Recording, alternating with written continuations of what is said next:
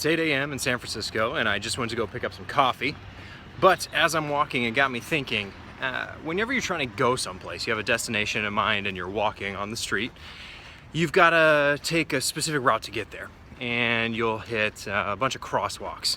And you'll either have to wait for the walk sign, or you'll get one right away and you just keep walking and it's all good.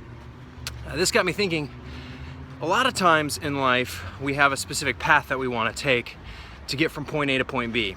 Whether it's in the real world, like literally walking somewhere, driving somewhere, or it's something more metaphorical, like you just have a goal in mind and you want to get someplace that you're not currently at. A lot of us think that there's one way to get there, that we have to take one path.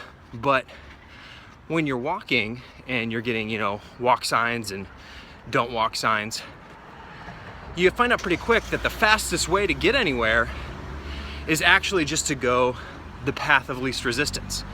Like right now, I've got a walk sign directly in front of me, so I'm just gonna keep walking straight because that's kind of the direction I need to go, even though it's not exactly the path that, it might not be the optimal path, but it's the faster path. And I can go this way because there's no resistance this way. Same thing in real life. When you have a goal in mind, a destination you're trying to get to, something you're trying to achieve, some measure of success, it's very easy to get focused on the right path, and that can end up slowing you down because you might have to wait for things, things aren't ideal, they're not perfect, the conditions aren't right, so you have to wait, you have to pause for a second, and that slows you down.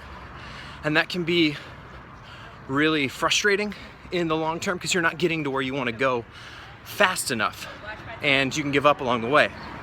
Sure, right now, as I'm walking, it might mean I take a few more turns than are necessary. It might mean, I go a path that I didn't plan, but at least I'm still moving. I'm moving forward. I'm not stopping. I'm not slowing down. And I think that's really important to keep in mind for everything.